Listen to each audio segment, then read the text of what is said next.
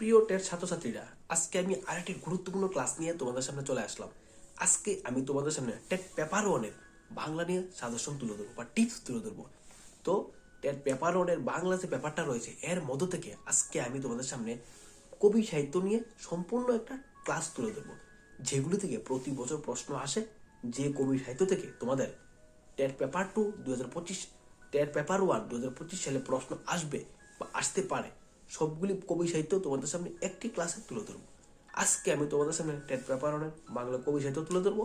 পরবর্তী একটা ভিডিওতে আমি পেপার 1 বাংলা গ্রামারের পার্টটা তুলে ধরবো, যে বাংলা গ্রামার কোন পার্ট থেকে কি প্রশ্ন প্রতি বছর আসে আর তোমাদের 2025 সালের পরীক্ষায় আসতে পারে। ঠিক আছে? তো বন্ধুরা, আশা করি তোমাদের এই ক্লাসটা খুবই উপকারে লাগবে। আর এই ক্লাস থেকে যদি কেউ পড়াশোনা করে তাহলে ভাই তুমি তো সাকসেস 100%, যদি আমার কথাগুলো তোমরা বুঝতে পারো। ভিডিওটা যে প্রথম থেকে শেষ অবধি দেখবে, মনোযোগ সহকারে দেখবে, সেই এই ভিডিওর কথাগুলি বুঝতে পারবে। তুমি যদি টেট পাস করতে চাও তাহলে তোমার এই ভিডিওটা মনোযোগ সহকারে অনুধাবন করা প্রয়োজন। তুমি যদি সঠিকভাবে অনুধাবন করতে পারো তাহলে ভাই তুমি সাকসেস।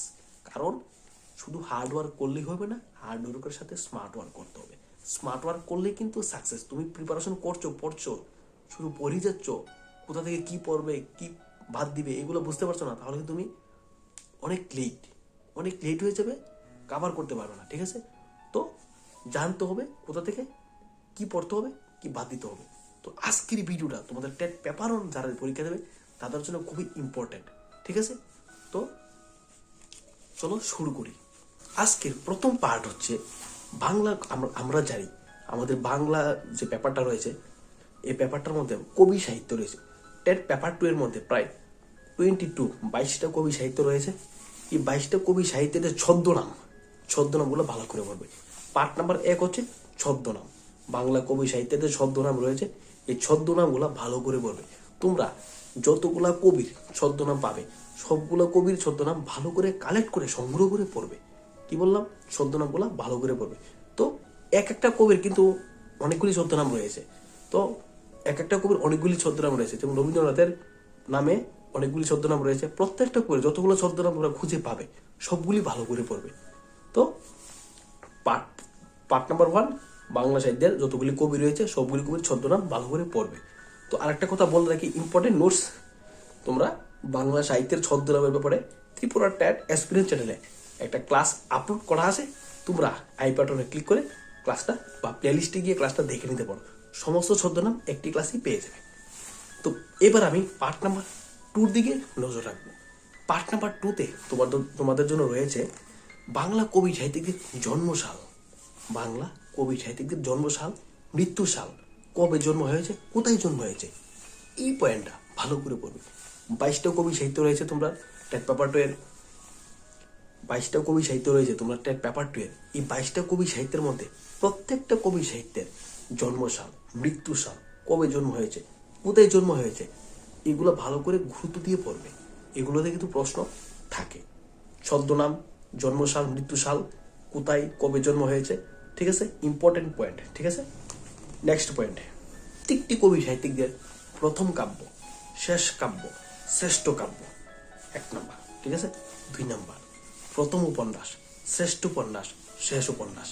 ঠিক আছে? প্রথম প্রকাশিত উপন্যাস। ঠিক আছে? তারপরে পয়েন্ট, প্রথম কবিতা, শেষ কবিতা। ঠিক আছে? প্রথম কবিতা, শেষ কবিতা, প্রথম গল্প গ্রন্থ, শেষ গল্প গ্রন্থ। ঠিক আছে? এইগুলা ভালো করে পড়বে। প্রত্যেকটা কবির এইগুলা পড়বে। ঠিক আছে? টেট পেপার 2 এর বাংলা সাহিত্যের মধ্যে এগুলো পড়বে।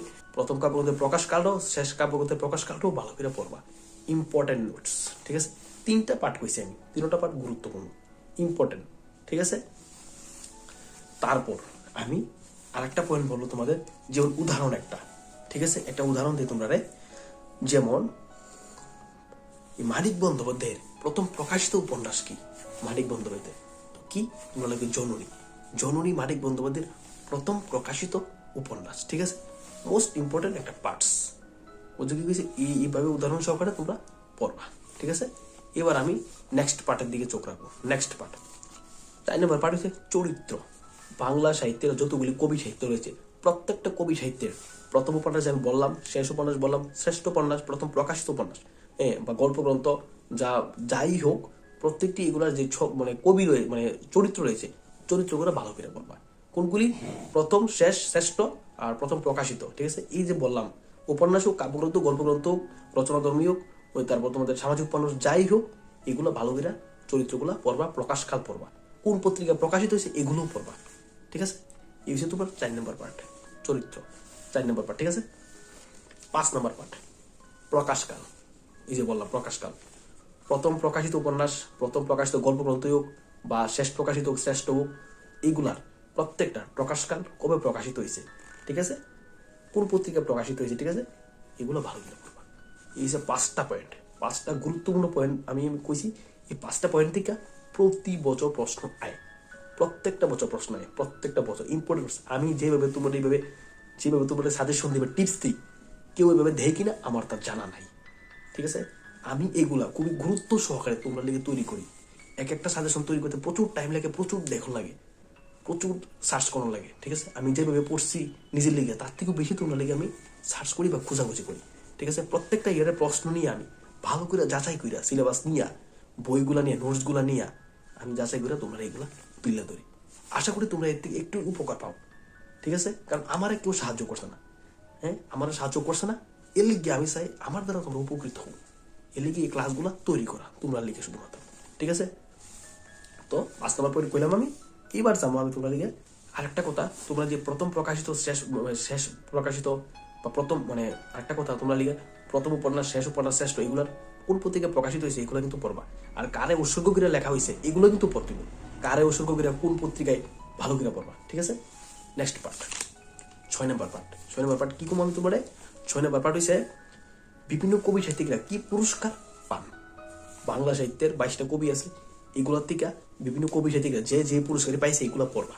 সবাই তো পুরস্কার পাইছে না, তো যে যে কবি পুরস্কার পাইছে বা যে যে কবি পুরস্কার পাইছে এগুলো তুমি কালেক্ট করতে পারছো, এগুলো ভালো করে পড়বা, প্রত্যেকটা কবি ভালো করে পড়বা। ঠিক আছে, প্রত্যেকটা কবি ভালো করে পড়বা। কি বুঝছো বুঝছো? তো যেমন রবীন্দ্রনাথ কি পুরস্কার পাইছে? নোবেল পুরস্কার পাইছে। ঠিক আছে, তো নোবেল পুরস্কার পাইছে রবীন্দ্রনাথ, কবে পাইছে, কি জন্য পাইছে, এইভাবে প্রত্যেকটা কবির ছদ্মনাম বা এই প্রত্যেকটা কবির এই পুরস্কারগুলা খুঁজে বাই করার চেষ্টা করবা, পড়বা, কবে পাইছে, মানে কোন কাব্যগ্রন্থ লিগে পাইছে বা কিসের লিগে পাইছে। ঠিক আছে, মানে কি পুরস্কার পাইছে এগুলো ভালো করে পড়বা। মোস্ট ইম্পর্টেন্ট টিপস, কি কিছু বুঝছো, গুরুত্বপূর্ণ টিপস। তো এই ছিল তোমাদের 6 নাম্বার টিপস। 6টা টিপস দিলাম, 6টা টিপস ইম্পর্টেন্ট। ঠিক আছে, নেক্সট পার্ট, এগুলো কিন্তু চার্টের আগে পড়বা, চার্ট মানে পড়বা। ঠিক আছে, আমি লাস্টে একটু করে দেবো কিভাবে পড়বা। ঠিক আছে, কাব্যের ধরন, কাব্যের ধরনটা ভালো করে পড়তে হবে।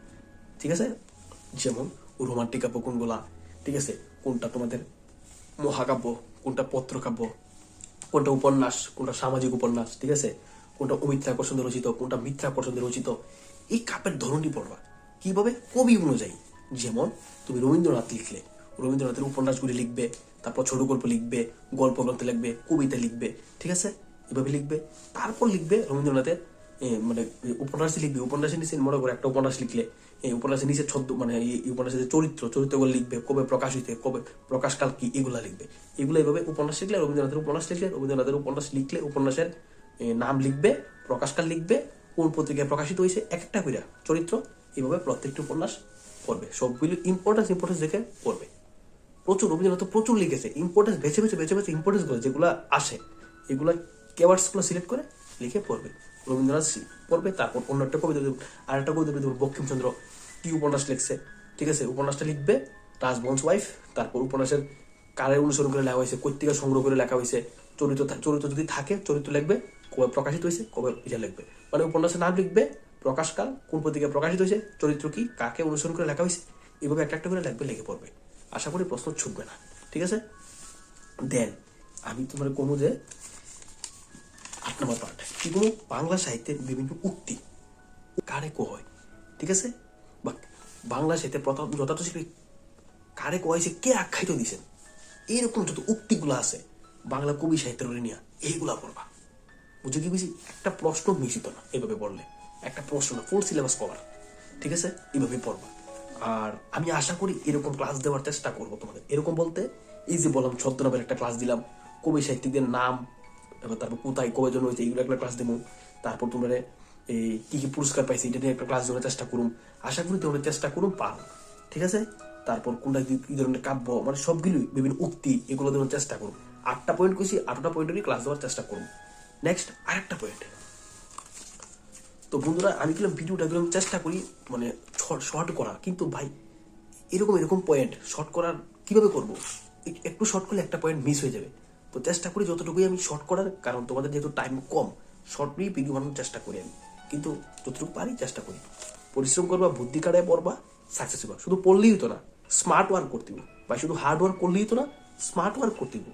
ঠিক আছে, এই জিনিস আমি যে পয়েন্টটি কইতাছি, প্রত্যেকটা সাবজেক্টের কিন্তু সাজেশন নিয়ে আইতেছি, প্রত্যেকটা কিন্তু স্মার্ট ওয়ার্ক, প্রত্যেকটা স্মার্ট ওয়ার্ক। ঠিক আছে, এগুলোতে স্মার্ট ওয়ার্ক করে কোন জায়গাতে কি পড়তে হবো, কি বাদ দিতে হবো, এগুলো স্মার্ট ওয়ার্ক। শুধু পড়লেই তো না, ইউজ করতে হবে, টেকনিক ইউজ করতে হবে, সাকসেস তাড়াতাড়ি। Then next part. ঠিক আছে, তো নেক্সট পার্ট কিছু তোমরা লিখা, নেক্সট পার্ট আমি আনছি তোমরা লিখা 10 নম্বর পার্ট। ঠিক আছে, 10 নম্বর পার্টে তোমরা লিখে থাকতেছে বন্ধু, তোমরা কোন কোন কবি সাহিত্যিকদের চরিত্র আছে এটি আমি তোমরা কমবো এখন। কোন কোন কবি সাহিত্যিকের চরিত্র আছে, মানে এগুলার এই কবি সাহিত্যিকের চরিত্রগুলো আছে, মানে বাংলা সাহিত্যের 22টা কবির মধ্যে কোন কোন কবি সাহিত্যিকদের মধ্যে চরিত্র আছে, উপন্যাসের চরিত্র আছে বা যেগুলি চরিত্র আছে, এই চরিত্রগুলো কোন কোন কবি সাহিত্যিকদের মধ্যে বেশি আছে, কোনগুলি ইম্পর্টেন্স, কোনগুলি পড়বা 2025 সালে পেপার 2 পরীক্ষার জন্য, বাংলার জন্য, এগুলা আমি তোমরা সব তুলে ধরবো করে। তো শুরু করি, চলো। কি প্রথম পয়েন্ট, বঙ্কিমচন্দ্র চট্টোপাধ্যায়। বঙ্কিমচন্দ্রের কিন্তু চরিত্র আছে, উপন্যাস কো যাবি লেখছে, চরিত্র কিন্তু আছে। ঠিক আছে, ভালো করে দীক্ষা করো বঙ্কিমচন্দ্রের উপন্যাস। ঠিক আছে, তারপর মাইকেল মধুসূদন দত্ত, এরও কিন্তু অনেক লেখা আছে। ঠিক আছে, শরৎচন্দ্র চট্টোপাধ্যায়, তারপর তোমার কি আছে মানিক বন্দ্যোপাধ্যায়, দীনবন্ধু মিত্র, ঠিক আছে, কাজী নজরুল ইসলাম, বিভূতিভূষণ বন্দ্যোপাধ্যায়, রবীন্দ্রনাথ ঠাকুর, প্রত্যেকটি কিন্তু রচনা করছে। ঠিক আছে, তো এরা এরা কি কি রচনা করছে, আমি যে নামগুলো বললাম কি কি রচনা করছে, যেমন বঙ্কিমচন্দ্র রচনা করছে কি উপন্যাস, শুধু উপন্যাসই রচনা করছে। উপন্যাসের 3টা ভাগ আছে। ঠিক আছে, উপন্যাস রচনা করছে, উপন্যাসের 3টা পার্ট আছে, সামাজিক, দেশাত্মবোধক, আত্মজীবনীমূলক। ঠিক আছে, এগুলো আছে, এগুলো ভাগ আছে, এই ভাগগুলো দেখে দেখে পড়বা। সামাজিক উপন্যাস আছে, সামাজিক উপন্যাসের পরে আছে তোমার দেশাত্মবোধক উপন্যাস, শুধু উপন্যাসই, উপন্যাসের মধ্যে ইডি ভাগ, উপন্যাসের মধ্যে ইডি ভাগ। ঠিক আছে, তো সামাজিক, ঐতিহাসিক, দেশাত্মবোধক, তারপর তোমার আছে আত্মজীবনীমূলক, এগুলো ভাগ। ঠিক আছে, এইভাবে ভাগ করে পড়বা, সামাজিক উপন্যাস, ঐতিহাসিক, সামাজিক, তারপরে দেশাত্মবোধক, আত্মজীবনীমূলক। ঠিক আছে, এভাবে পড়বা। দেন যেমন তোমার আর কি আছে, তারপর উপন্যাস, উপন্যাস আমি কইলাম। ঠিক আছে, এরপর কোন কবি মানে গল্প কত রচনা করছে, ইংরেজি কাব্য রচনা করছে। ঠিক আছে, কোন কবি আত্মজীবনীমূলক কাব্য রচনা করছে। ঠিক আছে, কোন কবি নাটক রচনা করছে, প্রহসন রচনা করছে, এগুলো ভালো করে পড়বা। এই যে কাব্যের ধরন, এইটি কাব্যের ধরন কিন্তু। ঠিক আছে, উপন্যাস, তারপরে প্রহসন, তারপরে আত্মজীবনীমূলক, ঠিক আছে, সামাজিক, ঠিক আছে, তারপর তোমাদের ইংরেজি কাব্য, তারপর কাব্যগ্রন্থ, গল্পগ্রন্থ, এগুলো কিন্তু মানে কাব্যের ধরন। তো চরিত্র কোন কোন কাব্যের মধ্যে চরিত্র, মানে কোন কোন কবি সাহিত্যিকদের মধ্যে চরিত্র বেশি রচনা করছে, উপন্যাস বেশি আছে, এরা কি বঙ্কিমচন্দ্র চট্টোপাধ্যায়, মাইকেল মধুসূদন দত্ত, দীনবন্ধু মিত্র, মানিক বন্দ্যোপাধ্যায়, ঠিক আছে, শরৎচন্দ্র চট্টোপাধ্যায়, বিভূতিভূষণ বন্দ্যোপাধ্যায় আর রবীন্দ্রনাথ ঠাকুর। এরার মধ্যে এরা যে কাব্যগুলো রচনা করছে এগুলোর মধ্যে চরিত্র বেশি।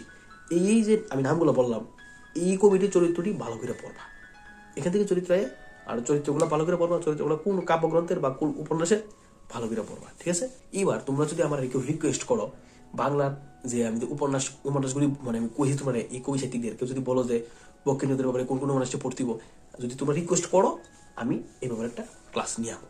যদি কো যে এই উপন্যাসটি ভালো করে পড়ো, ক্লাস নিয়ে তোমরা রিকোয়েস্ট করে, নাহলে কিন্তু আনতাম না।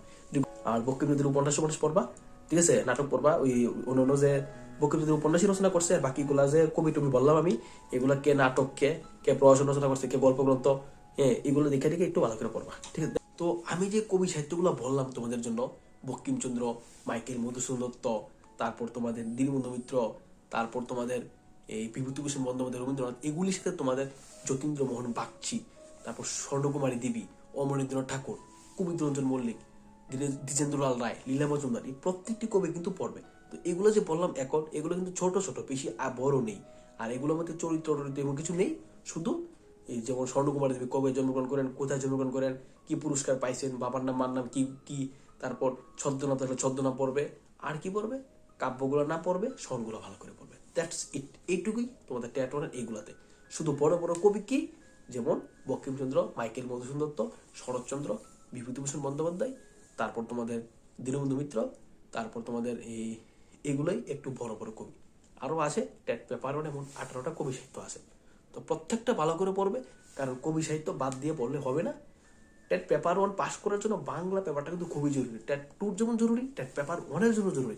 কারণ ভাই তোমরা ইংলিশে উইক, ঠিক আছে? এই উইক পয়েন্টটাকে দূর করার জন্য তোমাদের বাংলা পেপারটাকে তোমাদের খুবই জোর দিতে হবে, খুবই জোর দিতে হবে। এর জন্য কিন্তু একটা পয়েন্টও মিস করলে চলবে না, ঠিক আছে? তো পরবর্তী আরেকটা ভিডিওতে তোমাদের কিভাবে মনে রাখবে, অনেকে ভুলে যাচ্ছ, ডিপ্রেসড, ঠিক আছে, এগুলো নিয়ে একটা ক্লাস আপলোড করুন। চলো কাবার পরের বার কি, পরের বার তোমরা কি পারবা, এই যে উপন্যাসগুলি আমি কইছি কে কোন উপন্যাস রচনা করছে, ঠিক আছে? প্রথম বাংলা উপন্যাস কোনটা, ঠিক আছে? এই উপন্যাসগুলো কারে অনুসরণ করে রচনা করা হয়েছে, ঠিক আছে? কারে কারপরে কোন ব্যক্তির অনুসরণ করে রচনা করা হয়েছে, এগুলা পয়েন্ট করে মেনশন করে পড়বা। এর আর একটা পয়েন্ট, ঠিক আছে? এই যে তোমার বাংলা টিক্স, প্রথম কি কইছি আমি, ছদ্মনাম, দেন কইছি তোমরা আমি এই জন্মসাল মৃত্যুসাল কবে কোথায় জন্মগ্রহণ করছে এটা কইছি। তারপর কি কইছি তোমার আমি, এগুলো উক্তি কইছি, বিভিন্ন উক্তিগুলি পড়বা। তারপরে উপন্যাস মানে উপন্যাস পড়বা, ছদ্মনাম, তারপরে জন্ম মৃত্যু সাল, তারপর প্রথম উপন্যাস, শেষ উপন্যাস, চরিত্র, ঠিক আছে? এগুলো ভালো করে গুরুত্ব দিয়ে পড়বা। বিভিন্ন উক্তি, তা এগুলো ভালো করে গুরুত্ব দিয়ে পড়বা। কে কোন উপন্যাস রচনা করছে, উপন্যাসটা কারে অনুসরণ করে রচনা করা হয়েছে, আমি যে পয়েন্টগুলো ভিডিও প্রথমে বললাম, তো প্রত্যেকটি পয়েন্ট ভালো করে পড়বা, প্রত্যেকটি আলাদা আলাদাভাবে পড়বা। তুমি রবীন্দ্রনাথ দর্শক, রবীন্দ্রনাথের উপরে যা আছে দেখে নেবা, ঠিক আছে? এরপর আরেকটা পয়েন্ট আমি কই, তোমরা প্রথম উপন্যাস শেষ উপন্যাস আমি কইলাম, আলাদা চার্ট করবা, খাতা একটা খাতা নিবা, একটা খাতা নিবা, রবীন্দ্রনাথ লাগবা, রবীন্দ্রনাথের প্রথম উপন্যাস কি, শেষ উপন্যাস কি, কবে প্রকাশিত হয়েছে, কোন পত্রিকায় প্রকাশিত হয়েছে, ঠিক আছে? আলাদা আলাদা, কত সালে, বাস আলাদা। পারলে এই লোকের চরিত্রটি লিখে আলাদা আলাদা চার্ট করে পড়বা। এগুলো একটু সময় দিবা, বুদ্ধি খাটাইবা, আলাদা আলাদা পড়লে এগুলো মনে থাকবো, এগুলো থেকে প্রশ্ন আয়। বুঝছো কি কইছি? কেউ যদি কয়ে যাবে সবগুলো পড়তে পারতাম না, ইটি পড়ে যাবো, প্রশ্ন কমন পাইতে পারো, শিউর দেই না, পড়তে পারো, কারণ সবগুলো পড়লে বেটার, ঠিক আছে? এই আসতো তোমরা লিগে সাজেশন টেট পেপার টু বাংলার জন্য, ঠিক আছে? দেন আমি পরবর্তী ভিডিওতে তোমাদের লিগিয়া টেট পেপার টু বাংলা গ্রামারের পার্টটা আলোচনা করব, ঠিক আছে? তো আজকের ভিডিওটা তোমরা কিরকম লাগছে তোমরা অবশ্যই কমেন্ট করে জানাইবা। আর তোমরা কমেন্ট করে জানাবা। আর ভিডিওটা যত পারো তোমরা পিএ ডিএল টেটের ত্রিপুরা ডায়েটের বিভিন্ন গ্রুপ সার্কেলের ফ্রেন্ডরা শেয়ার করে দিও। আশা করি এই ভিডিওর থেকে সবাই উপকৃত হইব, ঠিক আছে? আর পলিটিক্যাল সায়েন্স হিস্ট্রির ব্যাপারে আমার ইউটিউব চ্যানেলে অলরেডি সাজেশন ভিডিও আপলোড করা আছে, তোমরা প্লেলিস্টে গিয়ে দেখে নিতে পারো, ঠিক আছে? তো বন্ধুরা, এই ছিল তোমাদের আজকের TET paper two Bangla video. এইভাবে যদি কেউ পড়াশোনা করে, আশা করি কেউ এক্সামে ফেল করবে বলে আমার মনে হয় না, ঠিক আছে? তো ভালো করে প্রিপারেশন করো, এগিয়ে যাও, লাইফে সাকসেস হও। এই বলে আমি আজকের এই ভিডিওটা এখানে সমাপ্ত করছি।